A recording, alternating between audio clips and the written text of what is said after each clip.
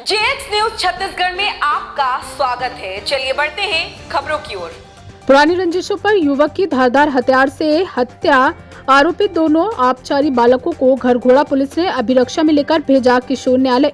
कल रात्रि थाना घरघोड़ा क्षेत्र अंतर्गत बस स्टैंड तिराहे के पास अपना मोबाइल दुकान के पर्ची में सो रहे जगन्नाथ चौहान 25 साल की उसी के मोहल्ले के दो लड़कों द्वारा पूर्व रंजिश पर हाथ मुक्का से मारपीट कर चाकू से पेट सीने में मारकर गंभीर चोट पहुंचाई।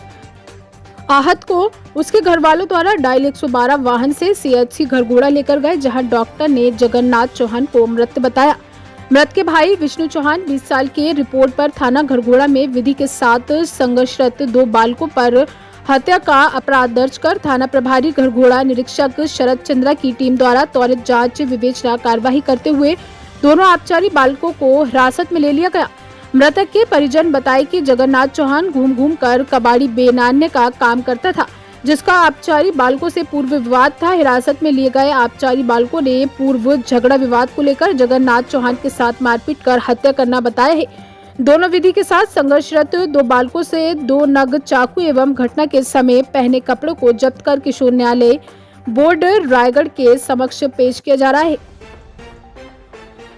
जी, कल 5 मार्च और 6 मार्च के दरमियान रात में लगभग 12:30 बजे के आसपास में डायल 112 को एक जानकारी मिली कि जगन्नाथ चौहान नामक व्यक्ति जो स्थानीय घरघोड़ा का निवासी है, वार्ड नंबर 4 का, मूलतः वो कबाड़ी सामान वगैरह इकट्ठा करता है, झिल्ली पन्नी प्लास्टिक वगैरह एकत्रित करता है। उसके ऊपर कुछ लोगों ने, 2 लोगों ने हथियार से, धारदार हथियार से उसके ऊपर हमला करके उसको घायल कर दिया है। जानकारी मिलते ही तत्काल जो पुलिस की पेट्रोलिंग टीम थी, डायल 112 की टीम थी, इन्होंने उसको अस्पताल पहुंचाया उपचार के लिए। लेकिन जब तक अस्पताल गए, अस्पताल में जाने के बाद कुछ समय बाद इलाज के दौरान उसकी मृत्यु हो गई। इसमें सीसीटीवी फुटेज देखा गया और फुटेज के आधार पर जब लोकल लोगों से पूछताछ की गई और जो बच्चे वगैरह थे वहाँ पे, उसके परिवार भी उसका वहीं सो रहा था। सपना मोबाइल दुकान है मेन रोड में, उसमें उसकी पर्ची में ये लोग सोए हुए थे अपने परिवार के साथ में।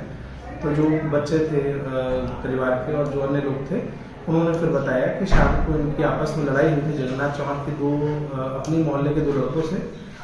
दोनों लड़कों से जो बातचीत हुई थी, लड़ाई हुई थी, उस बात के रंजिश को लेकर ही बाद में चूंकि उसने उसकी माँ के बारे में अपशब्द कहे थे, ऐसा इनका कहना है, जो हमने जिनको हिरासत में लिया है।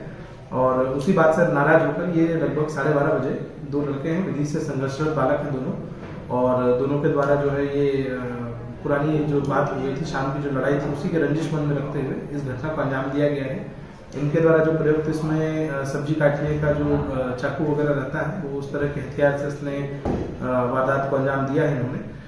वो सब जब्त किया गया है। जो इसमें अन्य टेक्निकल साक्ष्य थे वो सारे जब्त किए गए हैं, फुटेज वगैरह ये सब हम इसको कॉग्निजेंस में ले रहे हैं और अभी फिलहाल इन पर कार्रवाई जारी है। इस मामले में हमने हत्या का अपराध दर्ज किया है और दोनों विधि से संघर्षरत बालक, उनको हम अभी आगे की कार्रवाई उन पर की जा रही है, बोर्ड के समक्ष प्रस्तुत कर रहे हैं। जी सर, क्या घटना में कितने लोग शामिल थे लगभग? देखिए, अभी तो तत्कालिक जो हमने हिरासत में लिया उसमें 2 लोगों का स्पष्ट हमको भूमिका पता चल गई है कि जिसको एक तो जिसके साथ झगड़ा हुआ था और जो उसका साथी था, जो दोनों गए थे वहाँ पे मौके पे, जो वार करते हुए भी कुछ उसमें फुटेज में दिख रहे हैं।